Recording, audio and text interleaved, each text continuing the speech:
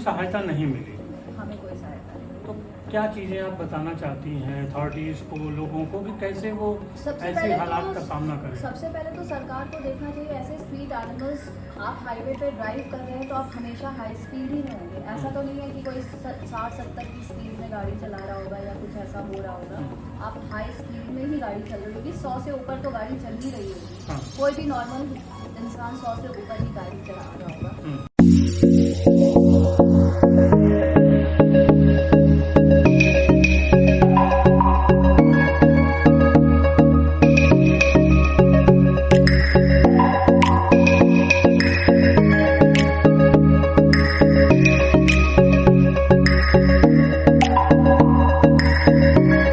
दोस्तों नमस्कार, मैं हूं शैलेंद्र सिंह और आप देख रहे हैं हमारा YouTube चैनल शब्द शैलेंद्र सिंह। आज हमारे साथ हैं आकांक्षा शुक्ला जी, जो एडवोकेट हैं, सोशल एक्टिविस्ट हैं और इन्होंने समाज के लिए बहुत सारे काम किए हैं, कर रही हैं, कानूनी सलाह तमाम सारी महिलाओं को देती हैं। इसके अलावा आपका एक NGO भी है। इन सारे मुद्दों पे बात करेंगे।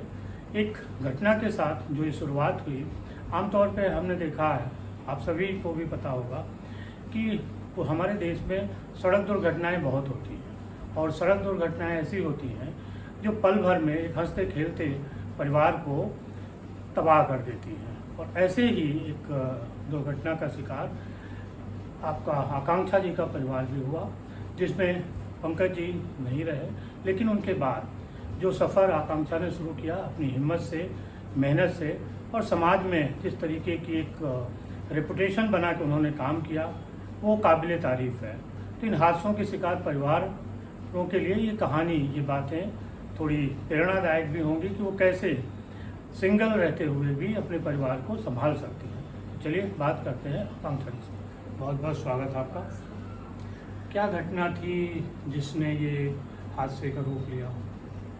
हम लोग वेकेशंस पे दिल्ली गए हुए थे एंड जब वहाँ से वापस लौट रहे थे तो रास्ते में अचानक से, आपने देखा ना स्ट्रीट एनिमल्स जो होते हैं, तो वहाँ पे गाय थी और अचानक से हमारे सामने दौड़ती हुई गाय आ गई। गाय को बचाने के चक्कर में डाइवर्ट करी गाड़ी, तो वो जाके आपके साइड में करके पूरी गाड़ी पलट गई ऑन द स्पॉट। कब की घटना है? ये 4 सितंबर 2017 की घटना। तब यमुना एक्सप्रेसवे तब बन रहा था नया। एंड सबसे बुरी बात ये थी उस समय कि पुलिस वालों को फ़ोन किया गया एंड पुलिस वालों 1090 को पंकज ने खुद फ़ोन किया एंड वो लोग नहीं आए। फिर गांव वालों ने वहाँ पे पकड़ के, उन्होंने एक 1090 की वैन जा रही थी, उन्होंने मना कर दिया। हमने उनको गाड़ी में बैठाया, पंकज को ज़बरदस्ती गाड़ी में बैठाया है कि वो शाउटिंग, उनके पूरा ब्लीड हो रहा था। तब पुलिस वालों से जब हमने कहा कि क्योंकि हमारा हाथ पूरा मुड़ गया था, हाथ काम नहीं कर रहा था और एक हाथ पे पंकज लेटे हुए थे, हमने कहा भाई इनके गले से खून बह रहा है, इनको रोकिए। तो पुलिस वालों ने हमसे कहा आपकी किस्मत में जो होगा वो होगा, हम खून को हाथ नहीं लगाएंगे। अच्छा, तो जबकि जो हाईवे होते हैं उनमें अथॉरिटीज दावा करती हैं कि हम तुरंत सहायता करें, सब करें, पर ऐसे कोई सहायता नहीं। पुलिस कंप्लेंट्स करी, हमने इसके लिए बोला भी, सब किया, पर हमें कुछ उसका रिस्पॉन्स फिर वहाँ से आप हॉस्पिटल गए? वहाँ से हमें हॉस्पिटल, रास्ते में कहा जाता है कि प्राथमिक उपचार तुरंत देना चाहिए, रास्ते में हॉस्पिटल भी पड़ा और हमने बोला भी कि रास्ते में हॉस्पिटल पड़ रहा है, यहाँ पे पहले इनका ट्रीटमेंट करवा देते, फर्स्ट एड करवा देते। तो उन्होंने कहा कि नहीं, हम तो आपको वहीं पे ले जाएंगे जहाँ पे होना चाहिए। अच्छा। तो हमें KGMC ले जाया गया, पर पहुँचते इतनी देर हो गई थी कि रास्ते में इनकी डेथ हो गई। अगर इनको फर्स्ट एड दे दिया होता उसी समय पुलिस ने, या वहाँ पे कोई एम्बुलेंस का होता हाईवे पे, या फिर रास्ते में जो कोई भी हॉस्पिटल पड़ा होता, वहाँ पे फर्स्ट एड मिला होता हमें, तो आज पंकज हमारे साथ होता। मतलब आपको उस जगह से और KGMU पहुँचने में कितना देर लगा? आधा घंटा। और वो टोंडा जिला, मतलब टोंडा था, उन्नाव में टोंडा था, तो वहाँ से हम लोग कम से कम 20-25 किलोमीटर दूर थे, तो हमें आधा पौन घंटा लगा। तो अगर लोगों को सहायता तुरंत मिल जाए तो ये हिफाजत की जा सकती है। उन्होंने ही उठाया है सड़क से, उन्होंने हमें उठाया है, हमारी जो दोस्त थी उसको उठाया है, परी को उठाया, उन्होंने सबको एक तरफ किया, उन्होंने खुद ने 1090 एम्बुलेंस को और सबको उन्होंने कॉल किया है, सब कुछ उन्होंने किया है। उसके बाद उन्होंने ही फर्स्ट एड नहीं करा। मतलब वो प्रिपेयर नहीं है या उनकी ऐसी कोई तैयारी नहीं होती है? हाँ, कोई कुछ भी नहीं है। और आज भी आप जाइए उस यमुना एक्सप्रेस वे पे, आपको कहीं कोई ऐसा कुछ नहीं मिलेगा कि आपके लिए वहाँ पे कोई पुलिस की गाड़ी खड़ी है, वहाँ पे कोई एक्सीडेंट हो जाए तो कोई आपका 5-10 मिनट में पहुँचे, ऐसा कुछ भी नहीं है, आज भी नहीं। उस घटना के बाद आपने कैसे अपने एक और परिवार को संभाला? उस घटना के बाद सब कुछ ख़त्म, कुछ पता ही नहीं था। पंकज अपना बिजनेस कर रहे थे, मैं तो ऑलरेडी लॉयर थी, मैं अपना लॉयर, हमारे ऊपर लोन्स, काफ़ी लोन्स थे, करोड़ों का लोन। एंड बैंक वालों ने बैंक अकाउंट सीज कर दिए, सब कर दिया। 3 दिन बाद ही मुझे बाहर निकलना पड़ा, पूरे अपनी सर्जरीज करवा के बैंक्स गए, अकाउंट्स खुलवाए। फिर मैंने पंकज का बिजनेस टेक ओवर किया कि उस बिज़नेस को देखते हैं। सोलर का काम वो करते थे, बहुत सारे टेंडर्स थे जो हमें करना था, आधा अधूरा काम छोड़ के गए थे, तो मैंने अपनी वकालत छोड़ी, फिर उसमें आई सोलर के बिजनेस में, जिसकी कोई नॉलेज नहीं थी।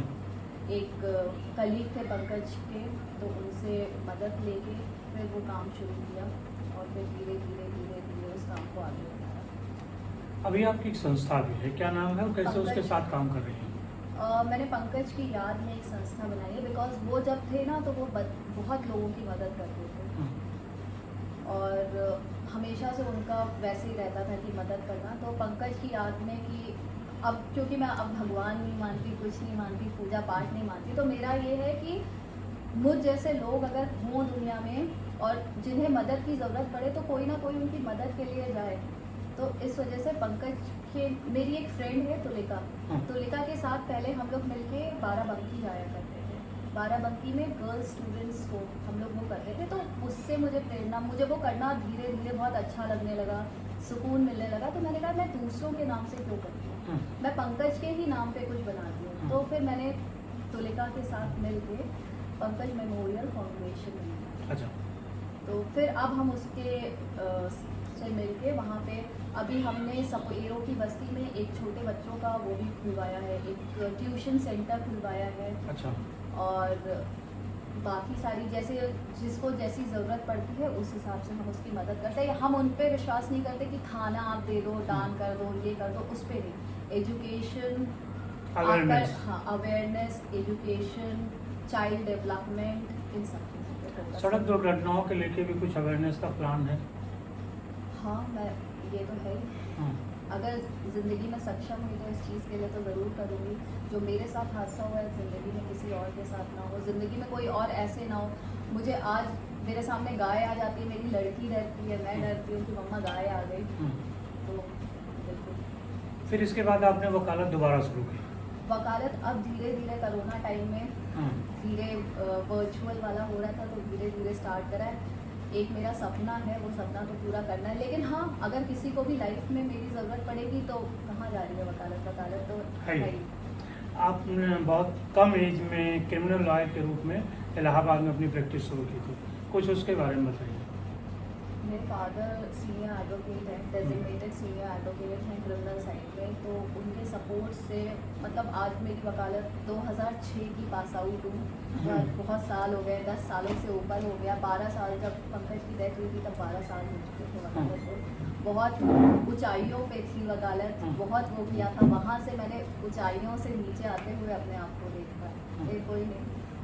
अब दोबारा से फिर आप? हाँ, दोबारा से फिर से। अच्छा। कुछ कानूनी सहायता महिलाएं मांगने आती हैं, किस टाइप से? क्योंकि बहुत सारी महिलाएं क्रिमिनल एक्टिविटीज़ का शिकार हो जाती हैं। जैसे बहुत सारी मेरी जैसे काम करने वाली होती हैं, उनके हस्बैंड्स उनको मार रहे होते हैं, उनके हस्बैंड्स उनको पीट रहे होते हैं। फिर बहुत से फ्रेंड्स हैं जिनका डिवोर्स का है, ये सब है। तो वहाँ पे I go and support them.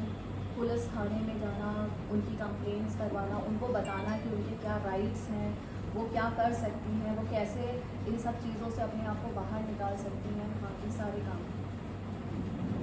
महिलाओं को सशक्तिकरण की बड़ी मुहिम चल रही है, आपको क्या लगता है कि किस दिशा में जाकर और क्या करके महिलाएं सशक्त हो सकती हैं? सबसे पहले उन्हें अपने राइट्स जानने बहुत ज़रूरी है। उन्हें पता होना चाहिए क्या है, ये नहीं है कि आदमी ने आपको घर के अंदर बंद कर दिया है, आप उस हिसाब से उसने जैसे कह दिया है आप वैसे रहें। आपको पता होना चाहिए कि कानून ने आपको बहुत सारे अधिकार दिए हुए हैं, आप उन अधिकारों का इस्तेमाल करके एक बहुत बेहतरीन ज़िंदगी जी सकती हैं, आपको वो पता होना चाहिए। एंड आई थिंक सो कि इस तरीके की कानूनी आपसे बात करते करते अभी मुझे ख्याल आया कि इस तरीके का कुछ कैंप्स लगना चाहिए लॉस रिगार्डिंग, जैसे होता है आपका मेडिकल कैंप्स लगते हैं, तो लॉ रिलेटेड लीगल कैंप्स भी होने चाहिए जहाँ पे जो बिलो पॉवर्टी लाइन की फीमेल्स हैं जिनको बिल्कुल अपने राइट्स के बारे में नहीं है, वो रोज़ मार खा रही हैं, ये कर रही हैं, तो उनको नॉलेज मिलनी चाहिए कि है ऐसी कोई फर्म है, ऐसा कोई एनजीओ है जो आपके लिए हमेशा आगे आएगा और उनको उनके राइट्स के बारे में अवेयर करेगा। ये अभी अभी आपसे बात करते करते मेरे दिमाग में अच्छी बात है। आज मैं ऐसा कैंप कुछ करूँगी तब आपको ज़रूर बुलाऊंगी इस कैंप में। आप एक सिंगल पेरेंट्स के रूप में बच्ची को पाल रही हैं, पढ़ा रही हैं, क्या अनुभव कर रही हैं बेटी के साथ? It is very difficult job. बच्चा जब बड़ा होता है तो बहुत सारी चीज़ें होती हैं कि वो माँ से डरता है या बाप से डरता है। उसको अगर डांट दो तो कहती है कि मम्मा आप मुझे डांट दिया। कई बार बच्चों को आप दबाने के लिए पापा आ जाएंगे, ऐसा करेंगे, ऐसा कुछ नहीं है। मतलब आपको माँ भी बनना है, आपको बाप भी बनना है, आपको प्यार भी करना, आपको डांटना भी है। ये तो सबसे डिफिकल्ट जॉब है। सुनती नहीं है पढ़ाई के लिए, आप कुछ नहीं कर सकते।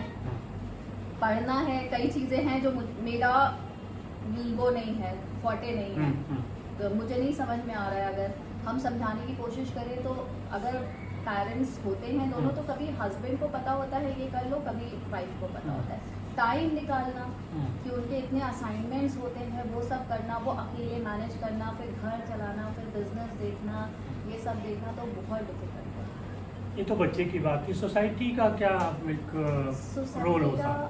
बहुत सपोर्ट मिलेगा।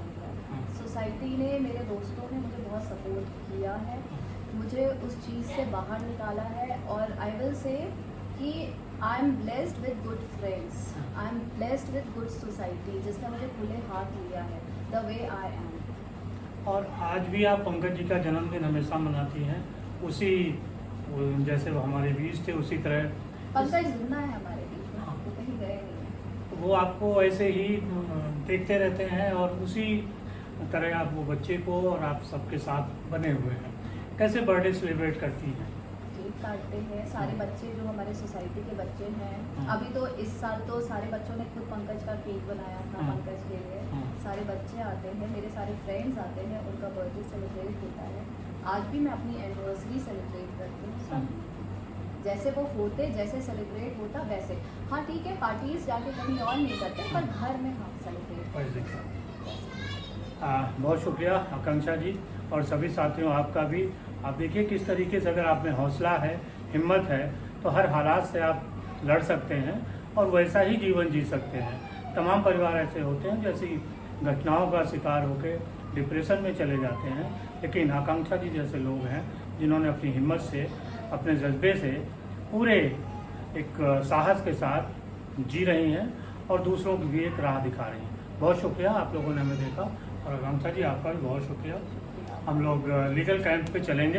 आकांक्षा जी ने आज वादा किया है कि लीगल कैंप लगाएंगे, तो जरूर लगाएंगे। नहीं हम मदद करेंगे। बहुत सारे अपने लीगल फर्टिलिटी के लोगों से बात करके, ये बहुत अच्छा आइडिया है। नहीं हम लोग आपको ले चलेंगे गांव और कस्बों में। हाँ बिल्कुल।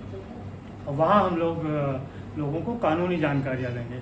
आपको कैसा लगा ज़रूर बताइएगा कमेंट बॉक्स के ज़रिए। बहुत शुक्रिया एक बार फिर से।